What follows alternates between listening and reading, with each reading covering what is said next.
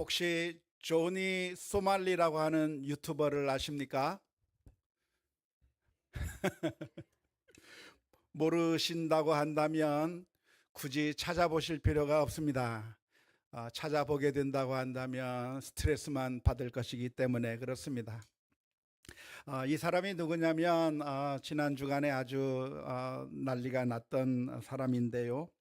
여러 나라들을 돌아다니면서 민폐를 끼치고 다니는 그런 유튜버라고 합니다.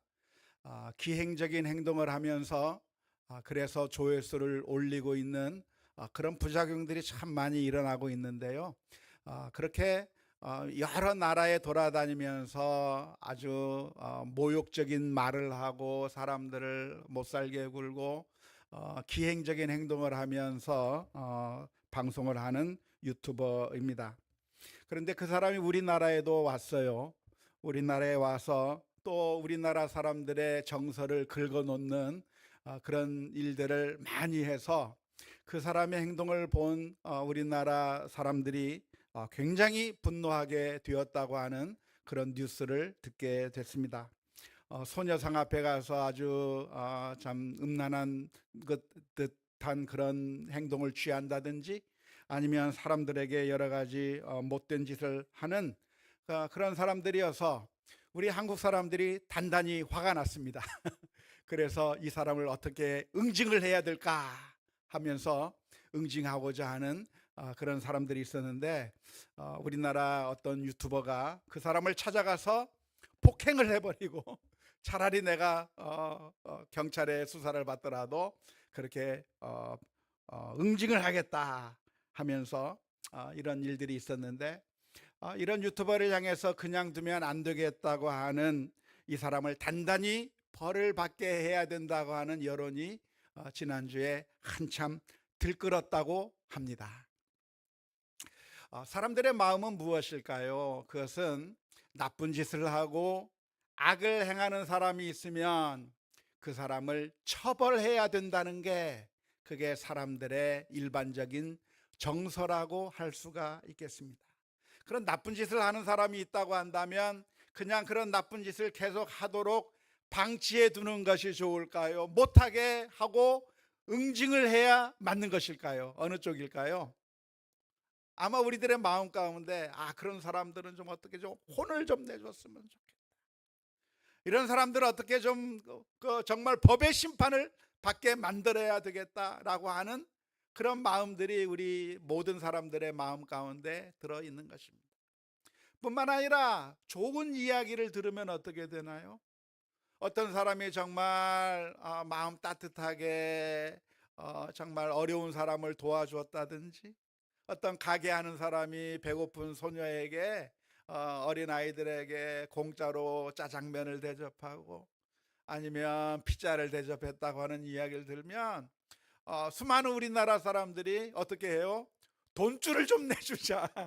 그 가게에 가서 주문해주고 그 사람을 어떻게 하면 보상을 해줄까? 그렇게 사람들의 여론들이 악을 행한 사람에게는 응징을 하고 싶은 마음, 그러나 정말 착하고 선한 사람들에게는 어떻게 해서든 보상해주고 싶은 마음들이 드는 게 자연스러운 우리 사람들의 마음이라고 하겠습니다. 이런 마음들이 우리들에게 있는 이유가 무엇이겠습니까? 그것은 바로 우리가 하나님의 형상으로 지음을 받은 사람들이기 때문에 그렇습니다. 하나님께서 우리를 만들 때 하나님의 형상을 따라 만들었기 때문에 우리들의 심성 가운데 하나님의 품성이 닮아 있는 거예요. 하나님의 마음이 닮아 있는 겁니다. 그래서 하나님의 마음을 닮아서 나쁜 짓을 하는 사람을 보면 그러면 혼내줘야 되고 싶은 그런 마음, 어떻게 하면 정의를 이룰까 하는 그런 간절한 마음들이 있는 것이죠. 만일 악을 행하는 사람들이 있는데 그 악을 행하는 사람들이 아무런 처벌을 받지 않고 계속해서 활개치고 다니는 사람들이 있다고 한다면 그 사회는 괜찮은 사회라고 할 수 있을까요? 살기 좋은 곳이라고 말할 수 있을까요? 그렇지 못한 것이죠.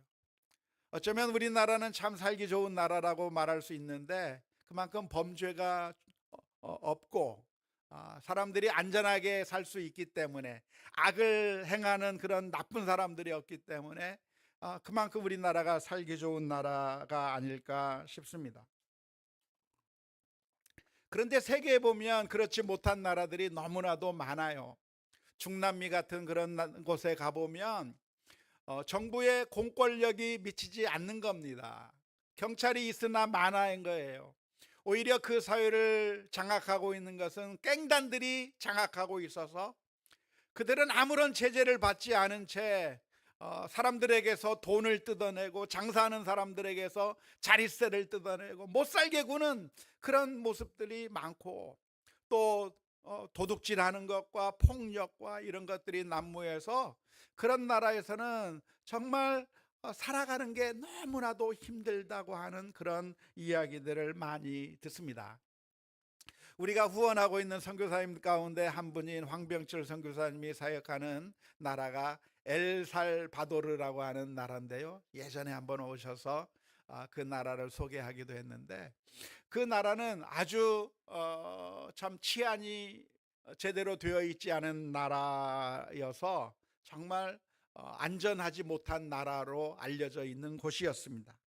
그런데 그 나라가 요즘 아주 대단한 변화가 일어났다고 해요. 부켈레라고 하는 젊은 대통령이 당선이 됐는데, 그 대통령이 되자마자 이 사람은 갱단과의 전쟁을 선포했습니다.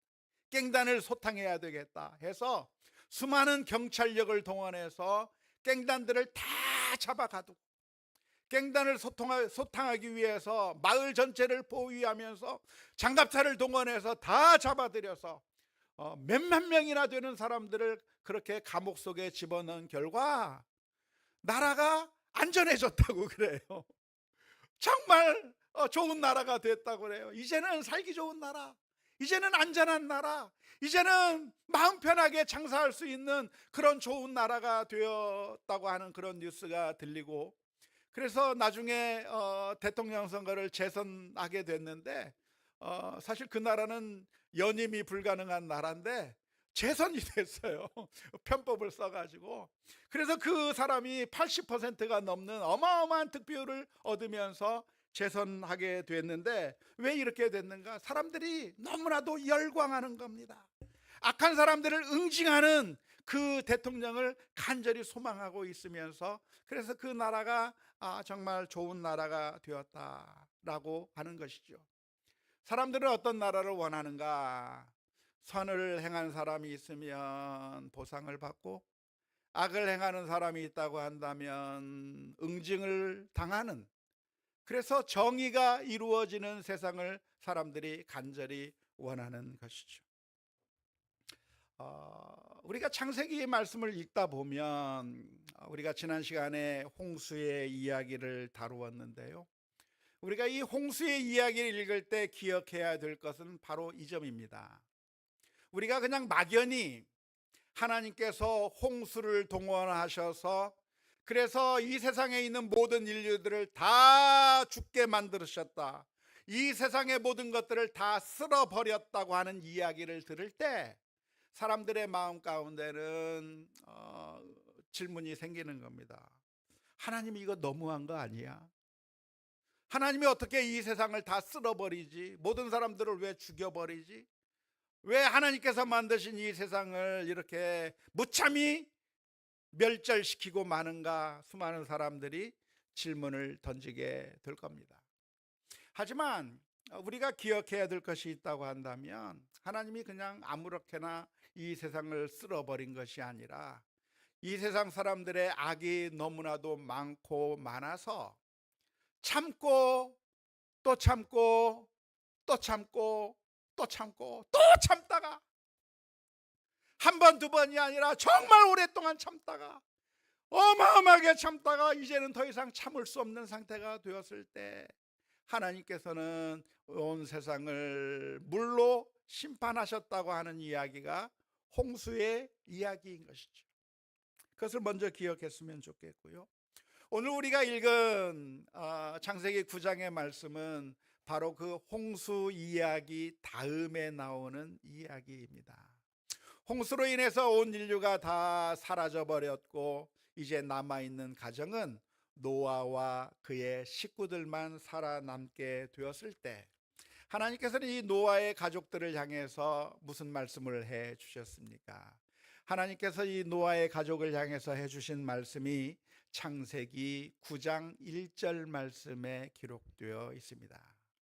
하나님이 노아와 그의 아들들에게 복을 주시며 그들에게 이르시되 생육하고 번성하여 땅에 충만하라. 정말 소수만 남았는데 그 소수만 남은 노아의 가족을 향해서 하나님께 해주신 말씀이 생육하고 번성하며 땅에 충만하라고 말씀해 주신 것이죠. 이 말씀은 예전에 한번 하신 적이 있죠? 기억이 안 납니까? 한번 하신 적이 있어요. 언제 했죠? 천지 창조하셨을 때. 하나님께서 천지를 창조하신 다음에 남자와 여자를 만드시고 아담과 하와를 만드시고 그 아담과 하와를 향해서 하셨던 말씀이 이런 말씀이에요. 창세기 1장 28절 말씀에 기록되어 있는 것이죠. 하나님이 그들에게 복을 주시며 하나님이 그들에게 이르시되 생육하고 번성하여 땅에 충만하라. 땅을 정복하라. 바다의 물고기와 하늘의 새와 땅에 움직이는 모든 생물을 다스리라 하시니라. 그렇게 기록되어 있는 것이죠. 그러니까 하나님께서 천지를 만드신 다음에 아담과 하와에게 이 세상에서 생육하고 번성하며 온 세상을 정복하는 그런 놀라운 사명을 주셨는데 그 사명이 진행되다가 망가져 버렸단 말이에요. 그 사명이 잘 진행되다가 죄를 지어서 이 세상이 망가져 버렸단 말이죠. 그런데 그 사명을 다시 노아에게 이야기를 해주는 겁니다. 어쩌면 재창조라고 할 수 있을 것 같아요. 하나님께서 원래 창조하셨던 그 원창조의 세계가 완전히 무너진 다음에 이제 노아와 그 가족들을 통해서 제2의 창조, 재창조를 하고 있는 그 말씀을 하고 있는 것이라고 볼 수가 있는 것이죠. 그러면서 아담과 하와에게 말씀하셨던 것처럼 노아의 가족들에게 생육하고 번성하며 땅을 정복하라고 말씀해 주셨으니까 노아와 그 가족들은 어떻게 하면 되겠습니까? 그대로 하면 되는 거죠. 생육하고 번성하면 되는 겁니다. 잘 살면 되는 겁니다.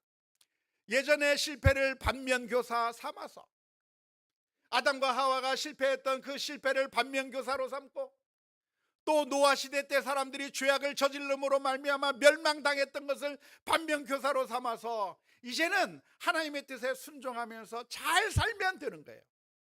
그렇게 잘 살면 되는데 노아와 그 가족들의 마음 가운데 한 가지 걱정거리가 있었을 거라고 생각이 듭니다. 그 한 가지 걱정거리가 뭘까요? 그것은 그런데 우리가 살다가 하나님께서 또 홍수로 또 멸망시키면 어떡하지? 라고 하는 그런 걱정이 그들의 마음 가운데 있었을 겁니다. 사람이라고 하는 것은 어떤 사람들인가? 늘 넘어지는 사람들이잖아요. 늘 실패하는 사람들이란 말이에요. 늘 죄를 짓는 사람들이란 말이죠. 그래서 이 사람들이 노아와 그의 가족들이 생육하고 번성하는 가운데 또 죄를 짓고 또 하나님의 마음을 아프게 하고 악한 모습을 보인다고 한다면 하나님께서 또 이 세상을 심판하면 어떻게 하나라고 하는 걱정, 그런 염려가 이들의 마음 가운데 있었을 겁니다. 그런 이 노아와 그의 가정을 향해서 해주신 말씀이 오늘 본문의 말씀 가운데 기록되어 있습니다. 하나님께서 노아와 그 가족들에게 하신 말씀이 있는데요, 약속의 말씀을 하나 해주셨습니다. 그 약속의 말씀이 오늘 읽은 9장 11절 말씀에 기록되어 있습니다. 내가 너희와 언약을 세우리니 다시는 모든 생물을 홍수로 멸하지 아니할 것이라. 땅을 멸할 홍수가 다시 있지 아니할 것이라고 말씀해 주셨습니다. 한번 크게 물난리를 겪었던 노아와 그 가정을 향해서 약속해 주시는 말씀이 걱정하지 마라. 이제는 더 이상 홍수가 없을 거라고 말씀해 주신 것이죠. 이상하죠? 홍수가 있어요, 없어요? 그런데 그 이후에 홍수가 계속 있단 말이에요. 하나님의 이 말씀은 그러니까 전혀 홍수라고 하는 것이 없을 거라고 하는 것을 말씀하신 것이 아니라 전 세계적인, 다시 말하자면 모든 인류를 다 멸망시키는 노아의 홍수와 같은 그런 재앙으로서의 홍수, 인류를 완전히 멸망시킬 그런 엄청난 홍수로 모든 인류를 다 쓸어버리는 그런 하나님의 심판이 다시 있지 아니할 거라고 하는 약속의 말씀입니다. 물론 약간의 홍수들이 있을 수 있어요. 그리고 그 홍수 때문에 수많은 사람들이 어려움을 겪습니다. 매년 우리는 홍수의 이야기를 듣는데요. 금년에도 얼마나 많은 홍수가 있었습니까? 그래도 금년에는 우리나라에 큰 홍수는 없었던 것 같아요. 하지만 지구상에 여러 가지 홍수들이 닥쳤습니다. 중국에서 홍수가 내려서 수많은 사람들이 죽었다고 하는 이야기, 스페인에서 수많은 사람들이 홍수로 인해서 죽었다고 하는 이야기, 그런 안타까운 뉴스들을 듣습니다. 그런 홍수 자체가 없을 거라고 하신 그런 의미의 말씀이 아니라 물을 통해서 온 인류를 쓸어버리는 그런 진노의 심판, 재앙의 심판이 이제는 다시 없을 거라고 하나님께서 말씀해 주신 것이죠. 그런데 이렇게 다시는 이런 진노의 심판이 없을 거라고 말씀해 주시는 그 이유가 무엇이겠습니까? 그것은 그러니까 우리 사람들이 더 이상 죄를 안 짓게 된다고 하는 말일까요? 더 이상 진노를 받을 만큼 악한 일을 하지 않게 되기 때문에 이제는 정신 차리고 잘 살아서, 그래서 더 이상 진노의 심판을 내릴 필요가 없어졌기 때문에 이런 말씀을 하시는 것일까요? 정반대입니다. 그렇지 않습니다. 창세기 8장 21절 말씀에 보면 이렇게 하나님께서 말씀하십니다. 여호와께서 그 향기를 받으시고, 노아가 드린 제사죠, 노아가 드린 제사의 그 향기를 받으시고 그 중심에 이르시되, 내가 다시는 사람으로 말미암아 땅을 저주하지 아니하리니 이는 사람의 마음이 계획하는 바가 어려서부터 악함이라. 내가 전에 행한 것 같이 모든 생물을 다시 멸하지 아니하실 거라고 기록하고 있는 것입니다. 하나님께서 이 세상을 다시는 노아의 홍수와 같은 것을 통해서 온 인류를 멸망시키는 일을 하지 않으시겠다고 말씀하신 것인데요. 왜냐하면 이제는 사람들이 깨끗하기 때문에, 선하기 때문에가 아니라 하나님께서 보시니까 너무나도 악한 거예요. 계속해서 악을 저지르는 거예요. 분명히 또 악을 저지를 게 분명해요. 사람들의 마음이 죄성이 가득 차서 늘 악한 일을 행하는 모습들이 계속 있는 겁니다. 그래서 그 악한 모습을 보고 또 멸망시키고, 또 악한 모습을 보고 또 멸망시키면 어떻게 돼요? 인류가 살아남을 수가 없단 말이에요. 그러니까 하나님께서 어떻게 하시겠는가? 그냥 불쌍히 여기셔서 이제는 더 이상 이 세상을 심판하지 아니하시겠다, 악을 행하지만 심판하지 아니하시고 그냥 놔두겠다고 하는 것이 오늘 이 노아를 향해서 들려주시는 하나님의 약속인 것이죠. 이제는 괜찮아졌죠? 괜찮아졌습니까? 괜찮아지지 않았습니까? 괜찮아지지 않았어요. 처음에 제가 말씀드린 것처럼 악은 징벌하는 것이 마땅하고 선은 보상해 주는 것이 마땅한 것이죠. 그런데 하나님께서 결정한 게 무엇이냐면, 악을 저지르는 사람들이 있어도 이제는 심판하지 않겠다고 하신 거예요. 그러면 뭐가 문제가 됩니까? 정의가 문제가 되는 거예요. 악을 행하고 나쁜 짓을 하는데도 그들을 심판하지 않으면 정의가 문제가 되는 것이죠. 근데 그 정의를 이루기 위해서 사람들을 심판해버리면, 그러면 살아남을 사람이 한 사람도 없는 것이죠. 이게 우리들의 딜레마입니다. 우리의 딜레마는 무엇입니까? 정의와 자비 중에서 둘 중에 하나를 선택해야 되는데, 이걸 선택하면, 정의를 선택하면 자비가 문제가 되고, 자비를 선택하면 정의를 이루지 못한다고 하는 게 문제가 생기는 것이죠. 만일 우리가 아무런 죄를 짓지 않는다고 한다면 문제 자체가 없을 겁니다. 하지만 우리의 문제는 무엇이냐면 이미 엎어져 버렸어요. 이미 문제가 생겨버렸어요. 이미 죄악을 저지르고 있어요. 이미 악한 사람들이 있어요. 그런데 이 악한 사람들을 어떻게 해야 될 것인가? 정의롭게 하자니 불쌍하고, 불쌍해서 자비롭게 그들을 살려두자고 하자니 정의가 무너지게 되는 그런 딜레마, 이 둘 중에서 무엇을 선택하는 것이 옳다고 생각하십니까? 여러분들이라고 하면 정의를 선택하겠습니까? 자비를 선택하겠습니까? 어느 걸 선택하고 싶어요? 나한테는 자비, 다른 사람한테는 정의.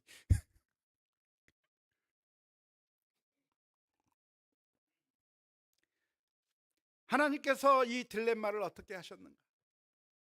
하나님께서는 악을 행하는 우리 인생들을 보면서 늘 생각하는 것이 악하고, 생각하는 것이 이기적이고 탐욕적인 우리 인생들을 보시면서 하나님의 선택이 무엇이냐면, 정의를 통해서 이 세상을 파멸시키는 선택이 아니라 이들을 살려두시겠다고 하는 자비의 선택을 하게 되신 것이죠. 그러면 당장 문제가 발생하는 겁니다. 무슨 문제가 발생하는가? 정의가 이루어지지 않는다고 하는데 문제가 있는 것이죠. 정의가 이루어지지 않는 사회는 행복한 사회가 아니라 나쁜 사회일 수밖에 없는데, 과연 하나님께서는 이 정의를 어떻게 해야 할 것인가의 문제가 생기는 겁니다. 그런데 놀라운 말씀을 하나님께서 또 하셨어요. 내가 이 세상을 물로 다시는 심판하지 아니하겠다고 말씀하시면서, 그렇게 내가 심판하지 않는다고 하는 것을 보여주는 상징으로 무지개를 보여주신 거예요. 이때 무지개가 생겼다고 하는 것이 아니라, 이 무지개를 보면서 하나님께서는 이 세상을 다시는 심판하시고 재앙을 내리시지 않는다고 하는 그것을 기억나게 하신다고 하는 그런 의미인데요. 무지개 하면 우리는 무엇을 생각해야 할까요? 무지개를 하나님께서는 왜 기억하라고, 무지개를 보면서 하나님의 그 용서, 하나님의 자비하심을 기억하라고 말씀하신 이유가 무엇이겠습니까? 그것은, 이 무지개라고 하는 것은 화를 의미하기 때문에 그렇습니다. 히브리어로 케셰트라고 하는 단어가 있는데요, 그게 무지개라고 하는 말이에요.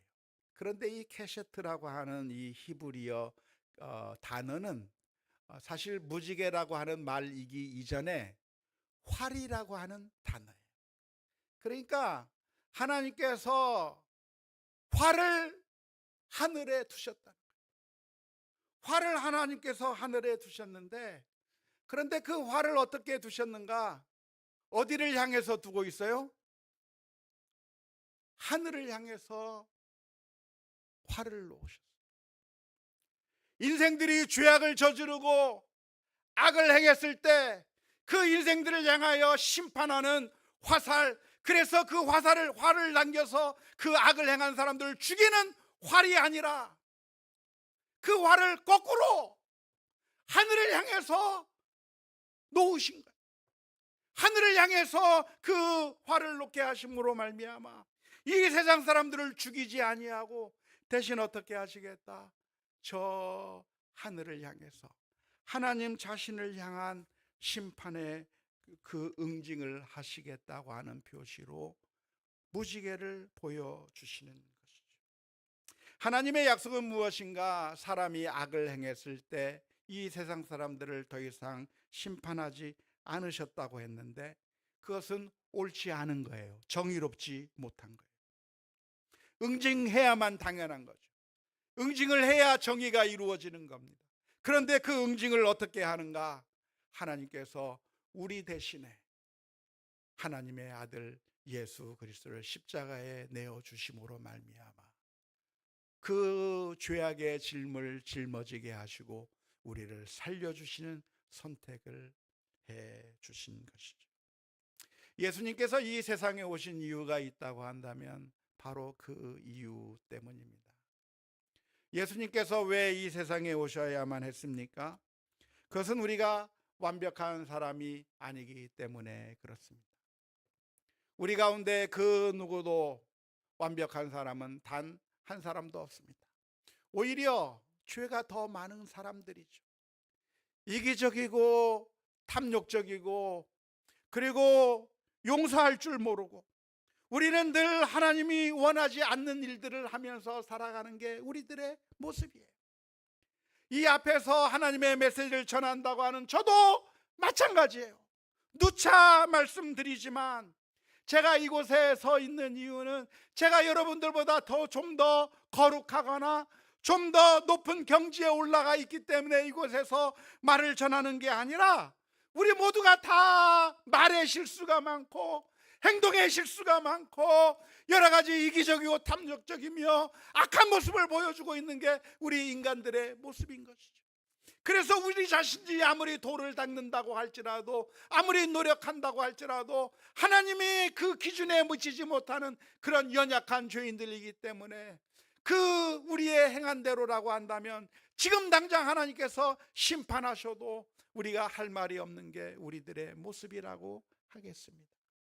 하지만 놀라운 것은 우리 하나님께서 우리의 모습을 보고 이제는 심판하지 아니하시겠다 말씀하시며 너희의 죄 그 악한 모습을 보고 우리를 멸망시키지 않으시겠다고 말씀하시며 그 심판을 하늘을 향해서 놓으시고 우리가 짊어져야 될 죄의 무거운 짐을 예수 그리스도께서 십자가 위에서 지시고 죽으심으로 말미암아 우리를 건져 주신 줄로 믿습니다. 그래서 우리의 소망은 우리 자신에게 있는 것이 아니라 예수님에게 있습니다. 예수님께서 우리의 죄와 모든 약함을 짊어지시고 십자가 위에서 죽으셨기 때문에 우리가 구원을 얻게 되는 것이죠. 오늘 우리가 이렇게 살아갈 수 있는 것은 우리가 행한 아주 정당하고 의롭고 선한 행동의 결과로 우리가 지금 살아가는 것이 아닙니다. 우리는 늘 생각하는 것이 악하고 행동하는 것이 악하고 이기적이고 탐욕적인 모습들을 보여서 지금 당장 하나님께서 심판하셔도 아무 할 말 없는 죄인들이지만 주님께서 우리를 불쌍히 여기셔서 우리를 참고 계시기 때문에 우리가 살아가는 줄로 믿습니다. 그러므로 우리는 매일매일 그 하나님의 은혜에 감사하며 나 같은 죄인 살리신 나 같은 죄인을 심판하지 아니하시고 은혜를 베풀어 주신 그 하나님의 은혜를 기억하며 감사하며 살아가는 우리 모두가 다 될 수 있기를 주님의 이름으로 축원합니다. 뿐만 아니라 내가 그런 하나님의 은혜를 받았기 때문에 이제는 우리 주변에 있는 사람들에게 저 사람이 나를 향해서 돌을 던져도 하나님께서 나를 대신하여 십자가를 지신 그 놀라운 은혜를 생각하면서 용서해 주고 저 사람이 나를 향해서 악한 일을 해도 나를 용서해 주신 그 하나님의 은혜를 생각하며 사랑으로 대하고 매 순간순간 우리가 받았던 그 은혜를 되돌려주며 사랑을 베풀며 사는 하나님의 자녀로서의 삶을 우리 모두가 살아갈 수 있기를 주님의 이름으로 축원합니다. 우리가 늘 감사하며 사는 것은 하나님의 은혜 때문인 것이고 그 은혜를 기억한다고 한다면 우리가 매 순간순간마다 하나님의 사랑을 갚으면서 이웃들에게 전하며 살아가는 우리 모두가 다 될 수 있기를 주님의 이름으로 축원합니다.